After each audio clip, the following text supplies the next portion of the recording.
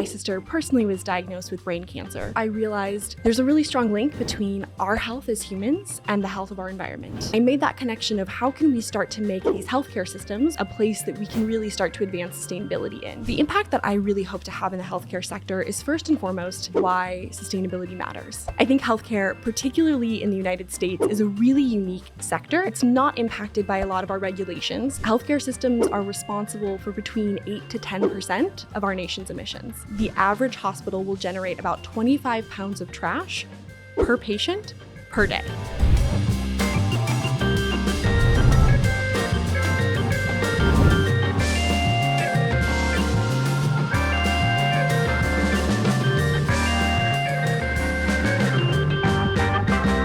Welcome to today's podcast from Leaf Media. This podcast is a discussion from sustainability professional. We are thousands, millions to proudly wear and display the sustainability in our job title.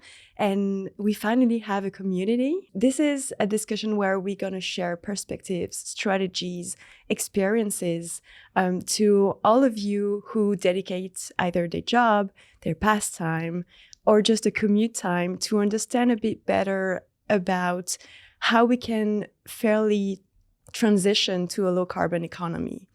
In today's episode, I am very proud to share the stage with Rebecca Ho, Environmental Sustainability Director at Vizient. Vizient is a healthcare performance improvement company trusted by more than 50% of the US healthcare organizations. Rebecca, with your expertise in the healthcare sector, has been leading key initiatives to reduce the carbon footprint of US hospitals, as well as improving transparency and accountability among the value chain and supply chain. Welcome, Rebecca. Oh, thank you so much for having me. I'm very excited to be here and to chat a little bit about our work in sustainability and greenly as well. Absolutely. We are looking forward to know more about your background. What in your professional, personal, or educational path made you want to take on this role, very important role that is sustainability director? Yeah, so I've known that I've wanted to work in sustainability ever since I was a really small child. And the reason for that is not a happy story, but it does have a happy ending. So I actually grew up in a community that was impacted by environmental injustices. So I grew up very close to a nuclear power plant, and that plant unfortunately had a series of leaks. And as a result of those leaks, numerous members of my community, including my own sister, who was 7 at the time, were diagnosed with various forms of cancer. And my sister personally was diagnosed with brain cancer. So at a very young age, I realized there's a really strong link between our health as humans and the health of our environment. And that environmental degradation really impacts all of us, not just at a big sort of global ecosystem scale, but at a personal level as well. And so I recognized this need and really felt passionate from a young age that I didn't want there to be more Sarahs, more people like my sister who experienced poor health outcomes because of environmental disasters. So I was really interested in this work and decided to pursue it professionally. So in college and undergrad, I majored in environmental studies at the University of Southern California, worked for a little bit, then went to grad school at Duke University where I studied environmental management. And that's really how I fell into this work and into this world. Is, again, not a very happy reason, but because I really illustrated and saw that link between human and environmental health and wanted to do something to create a more positive impact. That makes total sense. I think the connection is very powerful between human and we are actually part of this ecosystem. We are one and only with the planet. Yeah, absolutely. And the connection is very powerful. So I'm happy that it ends well, though, this story. So I'm kind of starting to feel now also from the sector that you want to imply this commitment, the healthcare sector that you chose. What impact are you hoping to have in this sector? Yeah, so really the healthcare sector was something that I chose, as you mentioned, because of the story and the background that I have. And it's funny, I have this really distinct memory. I think I was probably 10 or 11 years old, and my sister was going through an MRI. She has to get a lot of those as part of her recovery just to make sure she's okay. And I remember sitting in the healthcare, waiting room, And I had this realization that my sister had gotten cancer and was sick because we had a power plant issue. And I was sitting there thinking about the MRI machine and all the bright fluorescent lights that were in the waiting room and all of the machines and the equipment that she used.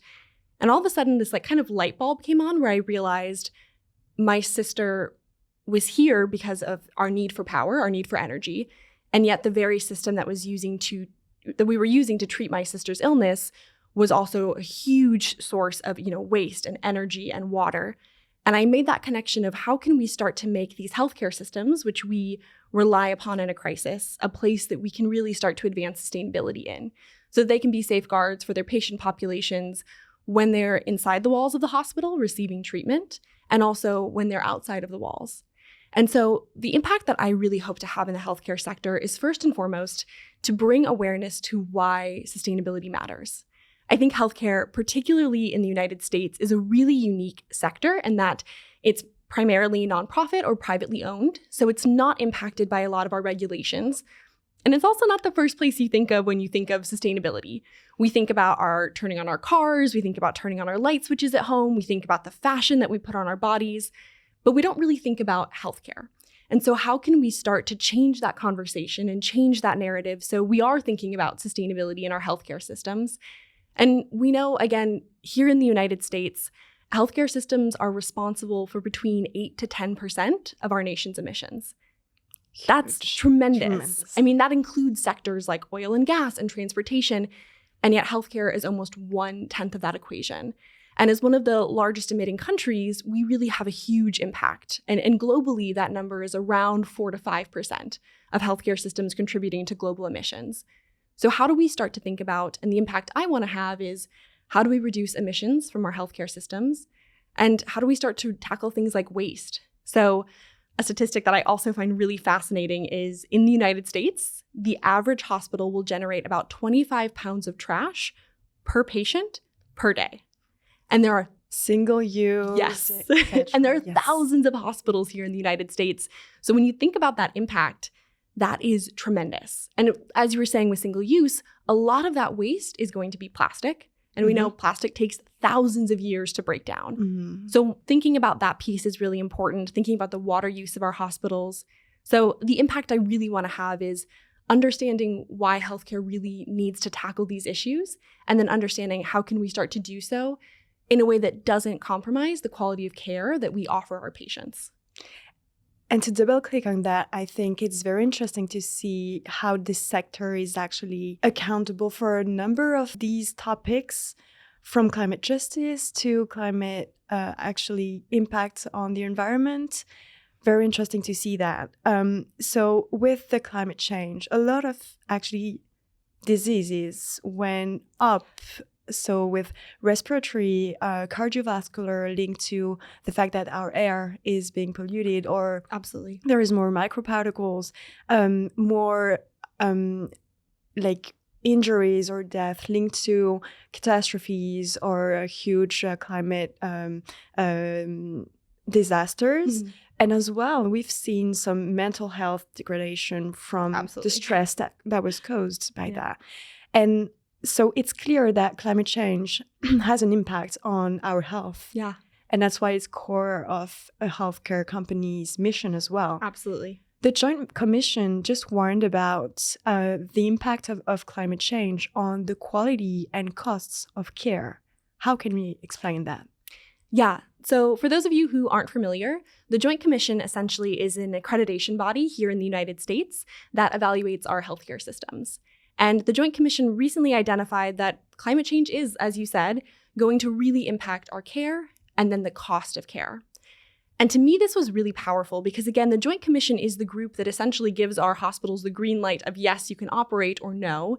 And so for them to really indicate not only is this going to impact hospitals' ability to do their job, to take care of patients, to maintain healthy communities, but it's also going to be expensive, was a really great call out. And we've already seen that. You may be familiar, you may remember if you were here in the United States, that we were recently devastated by Hurricane Helene, which hit Western North Carolina. That not only was a huge shock because Western North Carolina is traditionally considered to be a very climate resilient area, but it really devastated those communities. And on a health care level, and quite frankly, on a human level, it didn't just impact Western North Carolina. So one of the largest IV solution manufacturers in the United States has one of their facilities in Western North Carolina. And as a result of the hurricane, that facility closed. That dramatically impacted hospital supply chains across the US and globally as well. We had healthcare systems expecting to receive a fraction of the IV solutions that they typically receive. And if you've ever been a patient in a hospital, you know IV solutions are a pretty staple part of their supply chain. It's really critical to give care. And so not only was that expensive to hospitals because elective surgeries would have to be canceled, they had to really ration their bags, but it also impacted their ability to care for their patients. And that's just one really clear example of how we're starting to see climate change be expensive and be disruptive to healthcare systems. Other examples are, we know when there's natural disasters, when there's wildfires, when there's hurricanes, when there's floods, when there's heat waves, our emergency rooms are at capacity. And the emergency department is one of the most expensive parts of a healthcare system. And so we're really putting that burden on already stretched thin organizations. And we're really creating an issue where our facilities that we turn to for support during these times of crisis are unable to provide that support, whether that be because they're at capacity or because they themselves have had damage due to storms. We're seeing that more and more. And I think that that's something that healthcare systems really need to think about, and that I'm so grateful that the Joint Commission called out because, again, it's not something we think about when we go to see our doctor or when we think about a crisis, but it's a really critical component. So now that we settle like the context and all the topics that we going to talk about unfold during this episode, it feels a bit overwhelming. Water usage, waste, carbon emissions, pollution, diseases, energy catastrophes, climate justice.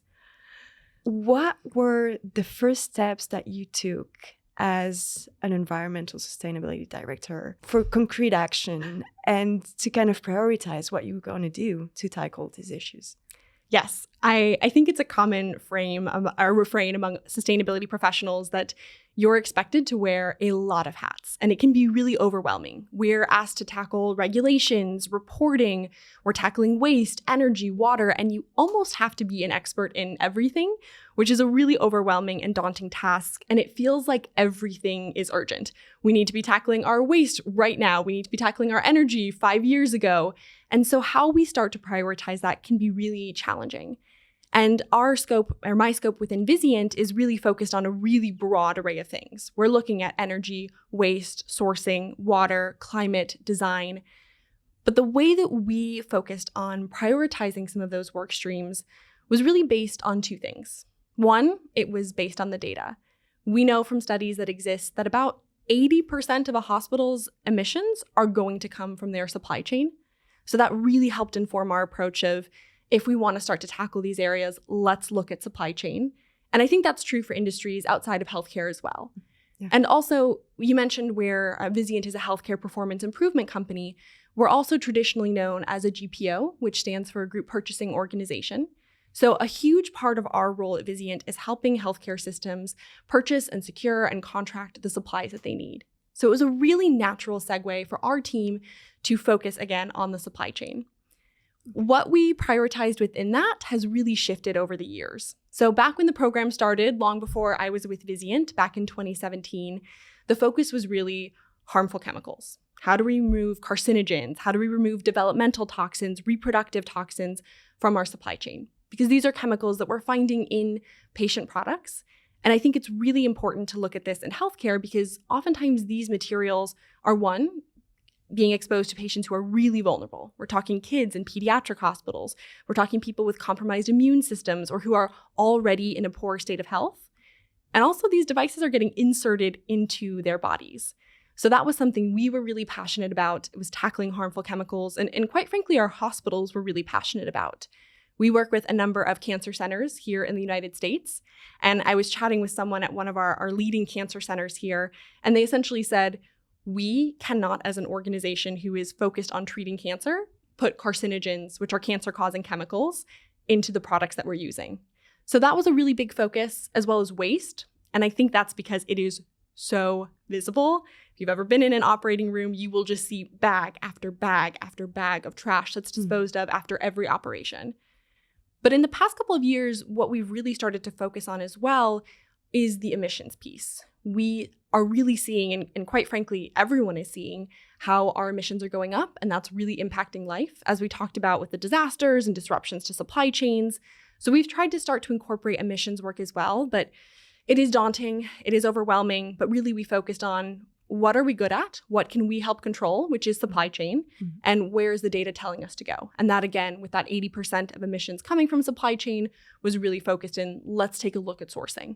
So obviously the data tracking and reducing our emission is a big part of your job. So we mentioned a bit earlier that the healthcare sector is one of the largest contributors to the US carbon emissions. And you mentioned as well, our hospitals are passionate about reducing the harmful chemicals from the supply chain. And I guess it's slow to have them passionate as well about reducing their carbon emission. It is less concrete sometimes. So with kind of the growing urgency of climate change and increasing regulatory pressure, I think hospitals are starting to see the importance of measuring their greenhouse gases emissions. Absolutely. And in 2023, you appeared on the podcast Knowledge on the Go, and you said climate change is the greatest global threat, even before and above COVID-19 pandemic. Since then, have you seen any significant shift in how hospitals are handling and seeing sustainability?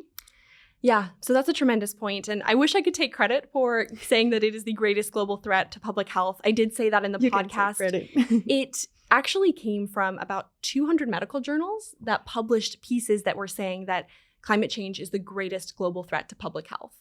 And I think it was interesting, as you mentioned, because they published this during the height of the COVID-19 pandemic.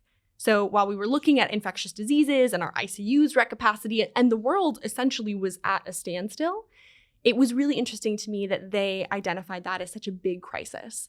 And I think the data is coming in more and more from these medical journals. Again, two of the most prestigious here in the United States, The Lancet and the New England Journal of Medicine, really called that out.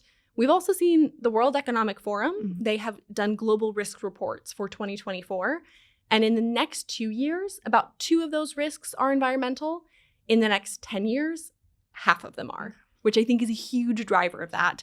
And I think our hospitals are starting to realize, and many of them have already realized it. We have some champions and some superstars who have been doing this work for 20 years, really pioneering the industry.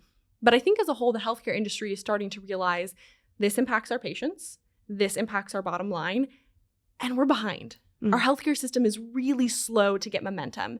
But I think there's been a couple of levers that have really motivated healthcare systems. First and foremost, we have seen tremendous response from our clinical staff, whether that's nurses or physicians who are saying, we see the waste and we see the energy usage in our healthcare systems, especially our operating rooms. We don't want to contribute to that.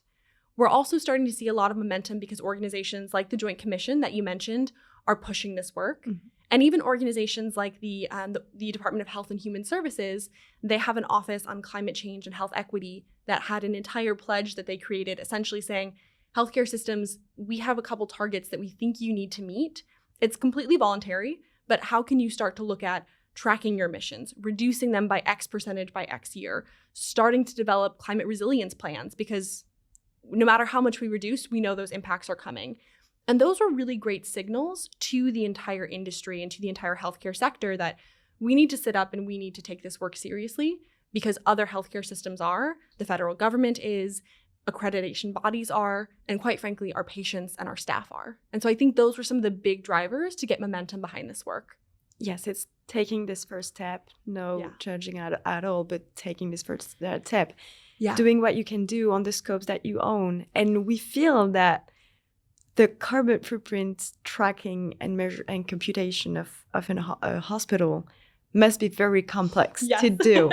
So I know you cannot take the credit for the quotes from the climate change being the biggest threat in front of COVID-19, but you can take the credit from having rolled out several GHG assessment for hospitals.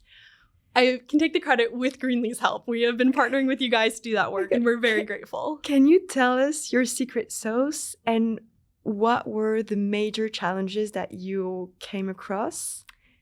Tell us about it. Absolutely. Well, first and foremost, most of our hospitals had either not done greenhouse gas accounting at all, or if they were doing it, they were trying to do it in Excel. And that is a massive amount of data to try to do in Excel. It's hard to keep up to date. It's hard to get correct emissions factors. So one of our secrets to success, honestly, was partnering with a software to really help enable accuracy, to enable the speed in which we could do this work. But in my experiences working with hospitals, there were two big barriers. First, how do we convince hospitals to take some budget and allocate it towards these softwares into doing this work? And the way we did that is really by sharing, here are opportunities for awards, for recognition, for you to really start to position yourself as a leader in the healthcare sector. And I think that was a really persuasive argument. Again, some of our hospital systems were already very much on board. They wanted to do this work. They just didn't know how. Some of them needed a little bit of convincing. And then I think the second part that was really challenging, but that was really beneficial, is building relationships with our healthcare systems. We know one of the biggest barriers in terms of doing a GHG assessment is getting the data. It is a lot of data to collect. And in healthcare specifically, not only are we looking at sort of the big categories like transportation and building, we have to track down data on anesthetic gases because those have a huge environmental impact. We have to track down fuel for the helicopters for a healthcare system, and finding who within an organization owns that data, who can share it, how do we use it, can be really tricky. But I think building relationships with those internal stakeholders really helped to open those doors. Getting comfortable with different chiefs of different departments and areas, our chief supply chain officers, our CEOs, our heads of surgery, to be able to really enable getting that data and that they felt comfortable sharing it with us. And mostly that they understood the why behind the ask, because again, it is putting another task on a very busy individual's plate. And so when we were able to explain, this is what your organization is doing, this is why it matters, getting those responses was a little bit easier. And I'm so grateful for all of our partners at all the healthcare systems that we work with, and for Greenly, quite frankly, for being able to help us then take that data, create that analysis, and tell that story about where their emissions are at. Yeah, I think the tech enabler does a lot, but yes. Obviously the confidence, the trust that you install with the person that you're talking to in the hospital to make sure that we can work the data, of course, but we can make them comfortable with sharing. It's a huge topic with hospitals. You can share that with us. This is not going to be used against you. So you said there are a couple of arguments that you use to convince a hospital to take this first step and to measure track their carbon emission. If you had like 1 minute to convince a hospital in the US to conduct that GHG assessment and to take that first step, what would you say are the benefits in short and long term? You can address yourself to them. So I think the area that we really have to focus on when we're talking about why should we do this work is bringing it back to the hospital's mission statement. Our healthcare systems are designed to create opportunities for better and healthier communities, better and healthier patients, and all of our healthcare providers have pledged to do no harm. They all say that when they graduate medical school or that they complete their training. And so really tying it back to healthcare is not only going to be impacted, you're not only going to see the impacts in your patients and the quality of care you can give, but you're also driving poor health outcomes in your communities because of the significant emissions that are associated with your organization. So tying it back to that why, tying it back to that mission of what is a hospital supposed to do is a really useful argument when we're thinking about how do we start to justify the need to do carbon accounting. And then I think the second part is really stressing to hospitals that phrase that we've all heard, you cannot manage what you don't measure. Our hospitals, for the most part, have already started to do a lot of energy and water and waste diversion techniques. And the reason they're doing this, quite frankly, is because it saves money. And more energy efficient building is going to result in lower utility bills. Disposing of medical waste is incredibly expensive because it has to be incinerated for the most part. And so diverting your waste streams, making sure you're putting things in the appropriate containers, That's already things that they're doing. So if they're not measuring that baseline of where they're at, they're not going to be able to see and to highlight and to celebrate their wins and their successes. So by really starting to track your emissions, you're going to be able to highlight and get marketing for this work that you're doing, which is incredible. You're also going to be able to get certifications like the Joint Commission Sustainable Healthcare Certification, like the HHS Pledge, like awards that a number of different organizations, including Vizient, gives out for sustainable healthcare systems. So really kind of emphasizing you're already kind of obligated to do this work as part of your mission, and then also emphasizing this opens up a wealth of opportunities to highlight your successes, I think have been a pretty effective strategy for communicating with our healthcare systems why they need to do this work. Okay, so there is cost saving, visibility, Yes, rewards, absolutely. doing well by doing good. So a lot of, good arguments. Based on what you could see from your previous GHG assessment from hospitals, what immediate steps do you think a hospital can take to reduce its impact on the environment? That could be linked to waste, to energy, to transportation. We touched a bit on the scope 3, so suppliers, but downstream for the incineration of single-use materials. Sometimes we don't really know where they're sent. We know from the US, some of them are going to places they shouldn't and then come back because they couldn't actually be recycled or incinerated. So what kind of concrete, practical first step can you recommend that worked? Yeah. So I think it depends on the maturity of the hospital system we're doing the assessment for. So for those that are coming to us saying, we want to track this data, but we haven't really started our sustainability initiatives, my first step for them is build a green team internally, because nothing in a hospital is decided in a silo. And I think part of that is true in every organization, but in hospital systems, you don't just choose to purchase a product. You validate that product with your clinical staff first to make sure it's going to have a positive impact. You're getting improvement from your finance team and your sourcing team. So you really want to have all the stakeholders that you need together in one room, setting your strategy. For hospitals that already have green teams, my first step for them is really take a look at where are your biggest sources of emissions. And we've shared that tends to be your purchased goods and services. That tends to be your supply chain. So oftentimes the first reaction to that is, let's go to our suppliers and tell them, innovate a new product that's more sustainable. In some cases, that is a great option and that is feasible. But when it comes to medical devices and they have to go through FDA approval, that's a really lengthy process. It's also a very costly and very, again, time-intensive process to have a newer, greener product in healthcare. So what I always recommend to our healthcare systems is, let's look at your existing system and see where are there opportunities for you as an organization without changing your spend, without innovating a new product, to see, am I disposing of this product appropriately? Am I trying to prioritize local, small, diverse suppliers when possible? That way I'm supporting my community while also reducing the transportation emissions.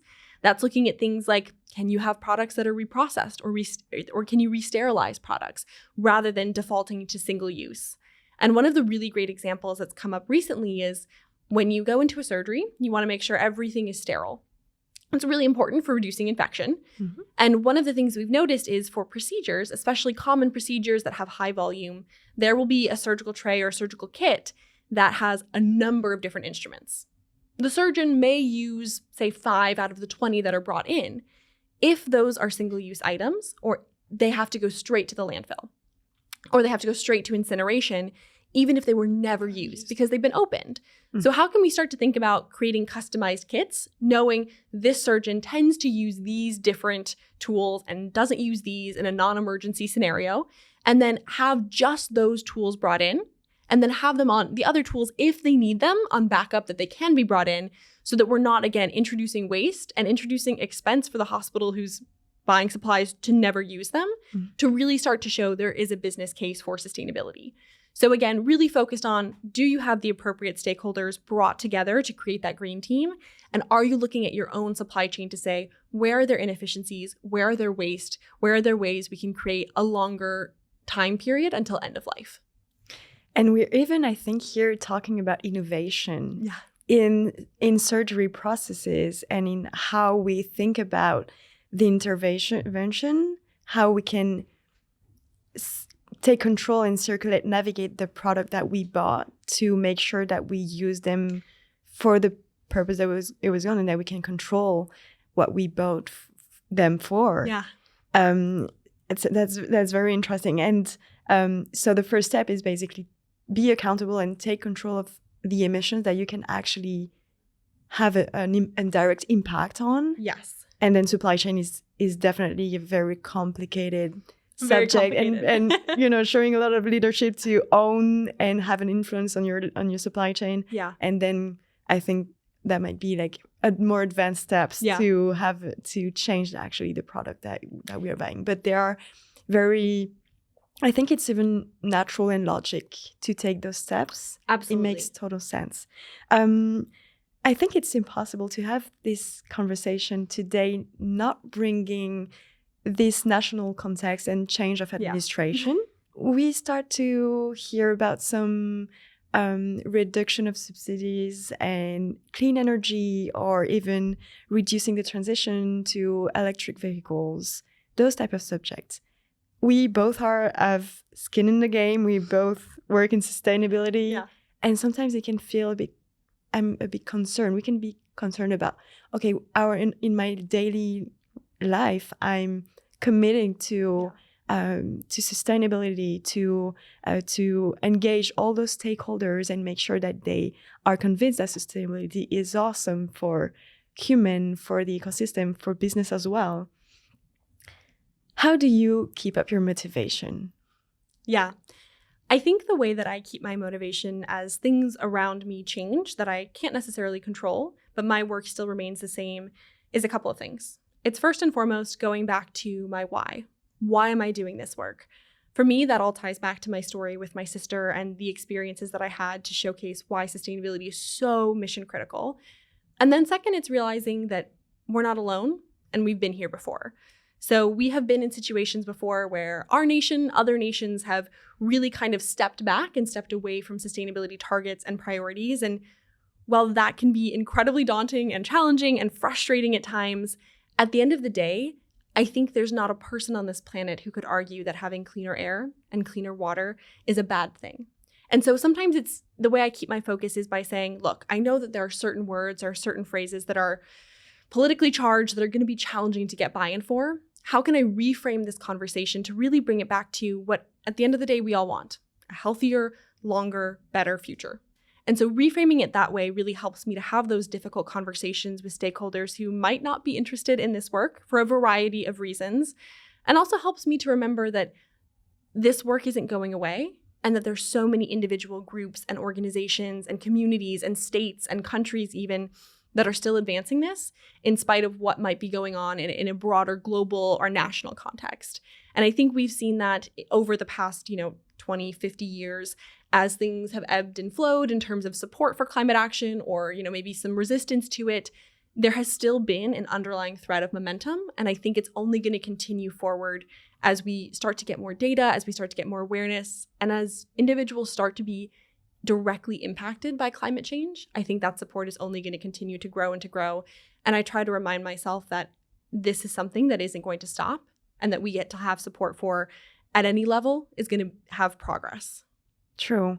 I think it may be like a cycle thing. Even Wall Street and the finance have been exerting some backlash on ESG. Maybe it was just about the world the word that needed some change. Sometimes it's just just something a little thing that will take the momentum on, and then we can start again. So hear us out. You're not alone. We are definitely here for long and willing to talk about these topics. And for one example that I just wanted to share too is I've talked about this HHS pledge, the Department of Health and Human Services. Mm-hmm. This was a partnership between the White House and the Department of Health and Human Services under the Biden administration to set targets for healthcare systems to reduce their emissions. After this most recent election, we took a moment and we said, is this still going to exist? And we didn't know. And I think the future and the fate of that organization and that pledge and that office focused on climate and equity, it's still up in the air. But what was really great is we saw other organizations that aren't part of our federal government. So our National Academy of Medicine, for example, step up to the plate within weeks of the administration announcing that it's going to shift to say, we will take this on even if the original source of this organization, of this pledge, doesn't exist anymore. And so it's really things like that that remind me this work is going to happen no matter what. It might take a little bit longer. It might shift who's running it, but it's going to happen. It's great to feel like some things can be set in stone sometimes when they are good and they need to stay. And what are I'd like to hear your thoughts about like around those regulations. Do you think that they are only able to take this transition towards what we want it to be and like really go to a net zero emission economy? Do you think the regulations are alone enough? Do you think that they have a role that is significant? How do you handle because coming from Europe, we have this very specific relationship to regulations. The CSRD is hitting hard. It's just a tsunami, administrative tsunami, as it's being called. So what's your position regarding this? Yes. So I think regulation is incredibly important. And again, I don't know if this is a US colloquialism, if this is kind of ubiquitous, but we refer to it as essentially a carrot and a stick. If you want a donkey to move, you might, gosh, I shouldn't use this. It sounds terrible to animals, but you have a stick to gently tap the donkey and you have a carrot to dangle in front of it. So it has both something kind of forcing it to move and something that's incentivizing it to move. I think regulations are a really great stick. They can force organizations like our suppliers, like, different companies to start to think about, we have to do this work and to really start to track their emissions, to make pledges, commitments.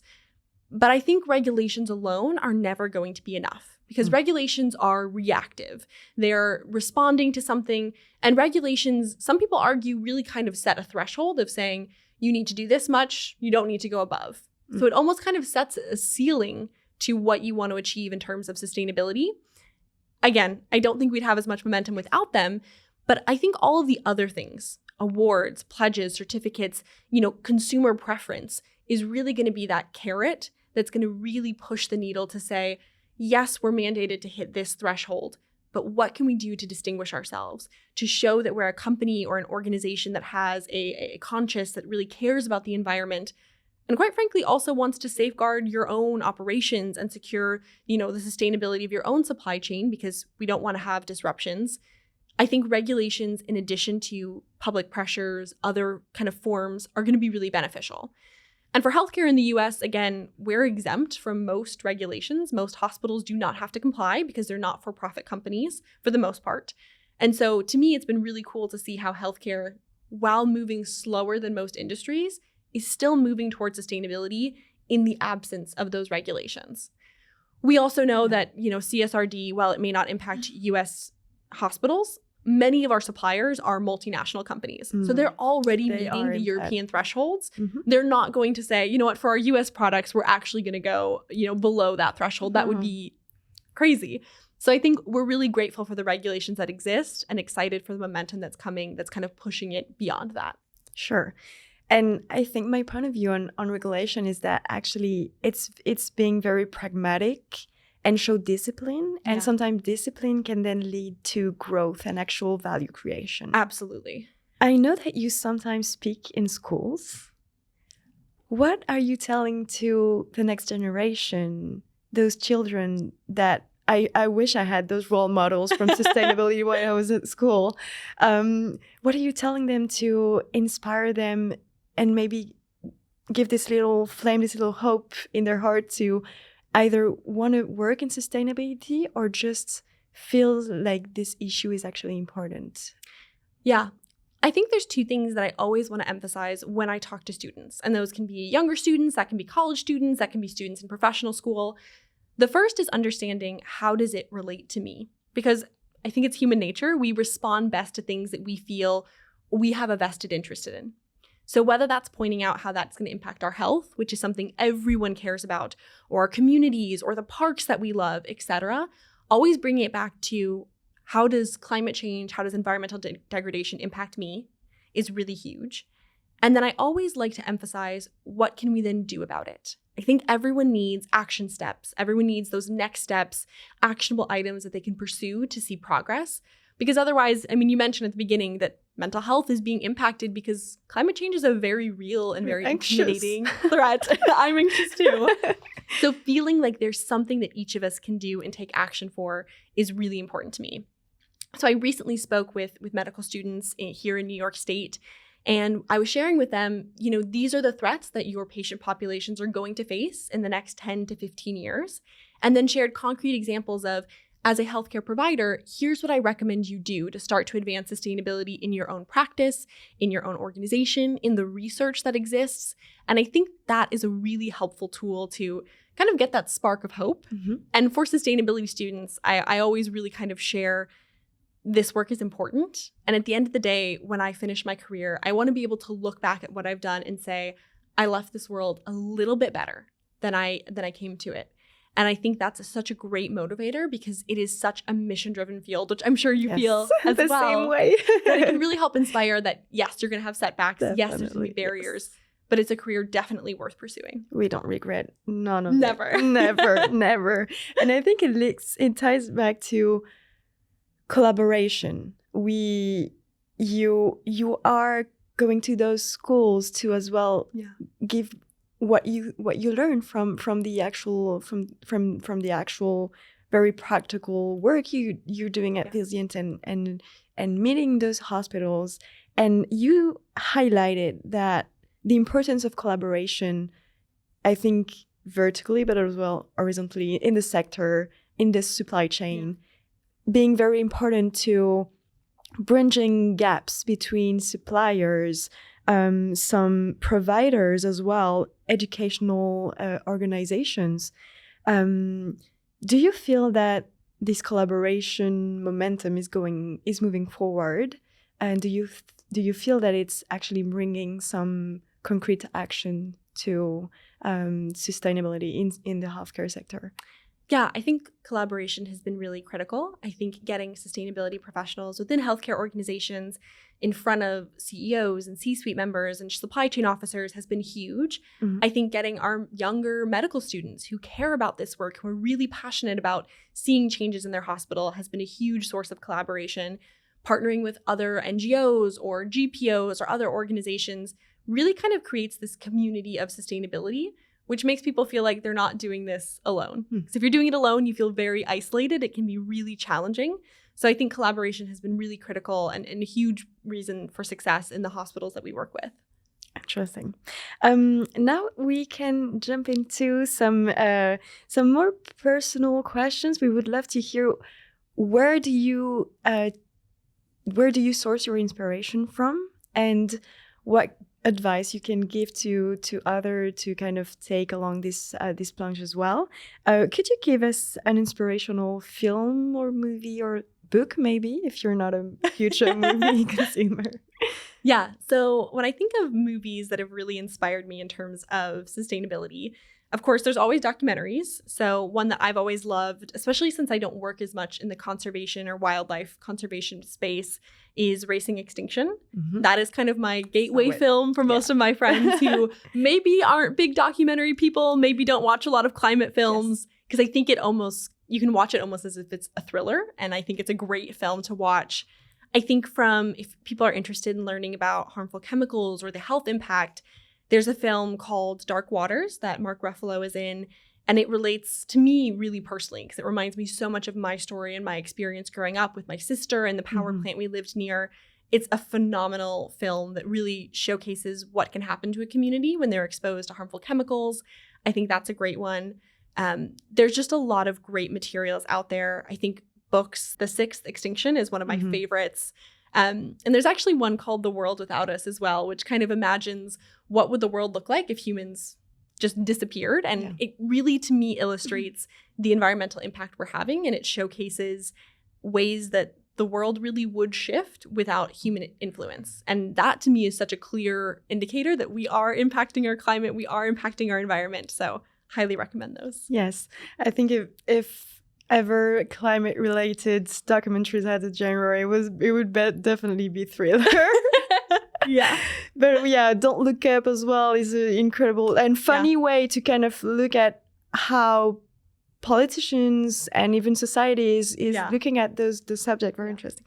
If you had a time machine and you could go back in time, change something or add something even, what would you do?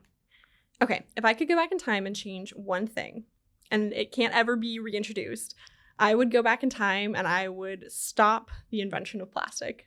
Which I know is a bold claim, especially since in healthcare we the use whole so room disappearing much. right now. But I think, one, we see tons of studies that we're seeing microplastics in our blood and in our food, and it's crazy. But I also think plastic really illustrates to me this culture of convenience that we've all kind of gotten very used to. I'm guilty of it too. I'm very used to it. Guilty. That I think would be so phenomenal if we didn't have, because I think that culture of convenience with plastic has really bled into so many other areas of our life. And again, that's in addition to all of the negative health impacts, the negative, ecosystem impacts that plastic has. So I would uninvent plastic. Yeah, that's a great one. Or oil, those type of thing. I would have gone for that one as well. Rebecca, tomorrow in one word, what would that be? The tomorrow that I want in one word would be probably compassionate. I think if we all cared a little bit more about each other, about, other species, about the world, it would just inherently be a much better place and a place that I'd love to live in. So compassionate. Powerful, yeah. Between humans and species. Yes. Today you just been elected president of the United States. Congratulations.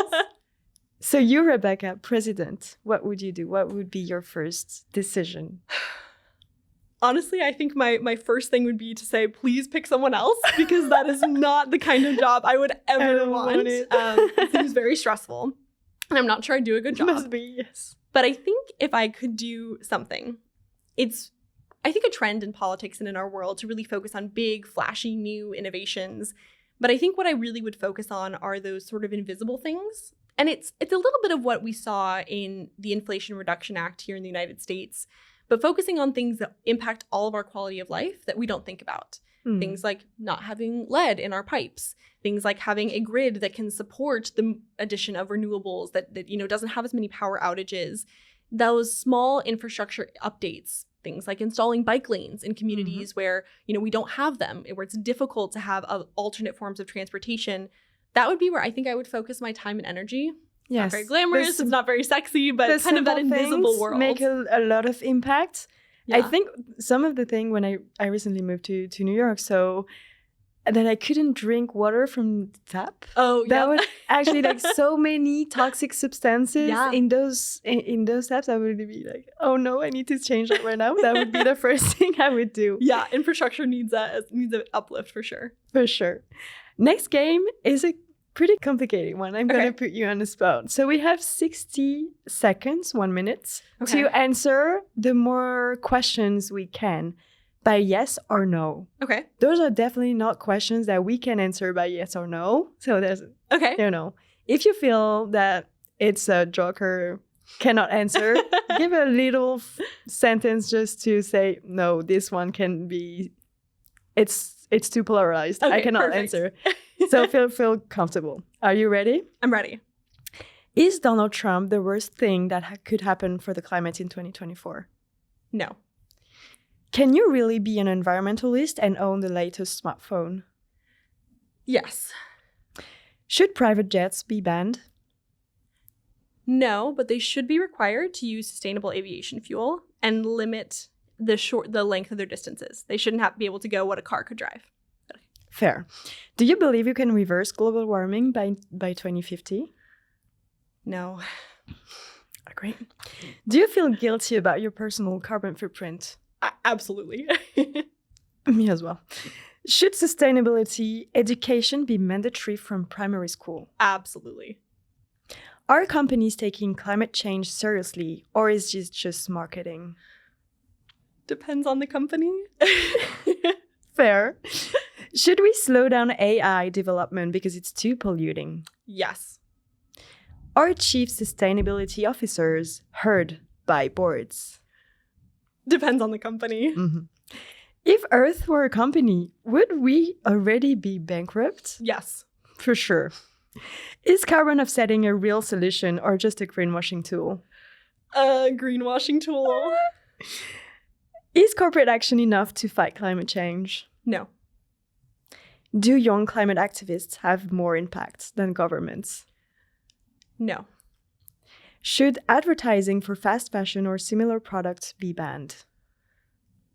No. Okay. I think we can agree we disagree. I'm just kidding. Should countries be penalized for not meeting climate agreements? Yes. And that was the last one. Congrats. You did a great job. You put yourself on a spot here and, you did great. Thank you so much. Last question for you, Rebecca. Okay. What topics or specific sustainability, it can be social governance, any topics that you would love to hear about or learn from in the next Leaf Media podcast episode? Yeah, I mean, as I mentioned, there's so many different aspects of sustainability to dive into. I think one of the things that would be interesting, especially given the European perspective and sometimes the United States perspective, is how do we start to see other countries' regulations impact and interact with ours and kind of move the needle forward? I think that would be interesting. Again, I oftentimes wear my supply chain hat. So another thing that always comes to mind is how do we prioritize big companies that have these ambitious sustainability targets versus smaller, medium-sized enterprises that may or may not have the capacity to have those aggressive targets? Mm-hmm. Another thing could be how, when we focus at a corporate level, what is the individual action component and how does that feed into bigger strategies and goals for companies? We talked about fast fashion. Should they be allowed to advertise? Yeah. I said, yes, they should. But I think there's a huge part of individual choice that goes into that. I think could be interesting to discuss. And then even from, a more technical perspective, what do you do when the data points to you need to reduce in this area? And it's a really tough place to reduce. I think those are things that would be great to talk about. I mean, there's so much to dig into with sustainability, and your organization has such expertise. So lots of great options. We will make sure to tackle those for sure. The balance between reducing your impact and being, sometimes a listed growth company, having those performance to meet the stakeholders that are behind asking for results and accountability on the financial performances as well is an interesting subject that I will make sure to touch on for the next episode. And I think too, like diving into industries that typically don't get a sustainability kind of spotlight, we hear so much about sustainable fashion. And while we still need to learn more, there's whole sectors that we don't really think about in our day-to-day life in terms of sustainability, or we don't think about how could that be doing a better job in terms of environmental stewardship that I would love to dive into, because that is part of the reason I was so attracted to healthcare too. Healthcare is a one. And I keep talking, but I always use this story that if you were, God forbid, to get into a car accident, you would never stop the ambulance and say, please take me to the more sustainable hospital. You would say, please take me to the hospital that accepts my insurance, that's the closest, that has the specialist I need. Yes. And so there's a lot of industries that we have blind spots to in terms of sustainability that maybe are behind the curve. So hearing from more of those, I think, would be fantastic. Yes. And I think you brought a good one that is definitely complicated, is insurances. Yeah. Climate change and climate disaster very timely for right now. Is really causing, it makes opportunities for insurances and claim to actually be put in practice, but as well, they are impacted by climate change because insurances invests in some actions in finance to actually be able to support their clients. So that's one of the industries that should be put on the spot more. Absolutely. Obviously, today is like 3 degrees in New York. Are you sure there's global warming? It is so cold currently. Yeah, that is one that we hear all the time. You could go into the difference between weather and climate, but the truth is they're probably not going to listen to that. And so where I always like to take it to is thinking about an example that makes sense to them. So for example, if your kid is running a fever and you give them Tylenol and they're like, oh, I feel better, Mom. Does that mean that the fever's gone? Absolutely not. It just means you've done something to temporarily tamper it, or maybe your kid just really wants to go to a friend's birthday party, so they pretend that they're not sick. It doesn't mean that illness is gone. And that, I think, is kind of what climate is. One cold day does not make a pattern. One cold day is not climate. And it's something we see a lot. And one day of sadness doesn't make a sad life. Exactly. A happy life is actually never. Yeah, that's just you were not happy yesterday, uncle. But that doesn't mean that your life is not going to be a happy life. And we heard a lot about AI and data, how it can be manipulated to inform or disinform people. We hear sometimes the data is manipulated. It's just a conspiracy to sell eco-friendly products or consulting missions. What would you say to him? I would say if they're saying that the data is manipulated, that it's not real, if they're saying that, it's just trying to sell additional products, if that was true, then why are so many of the big companies in this world purchasing these products? Because they have a bottom line. They want to make sure they're saving money. And so it can't be such a scam that so many people in this world, including leaders of massive countries and companies, are being caught by.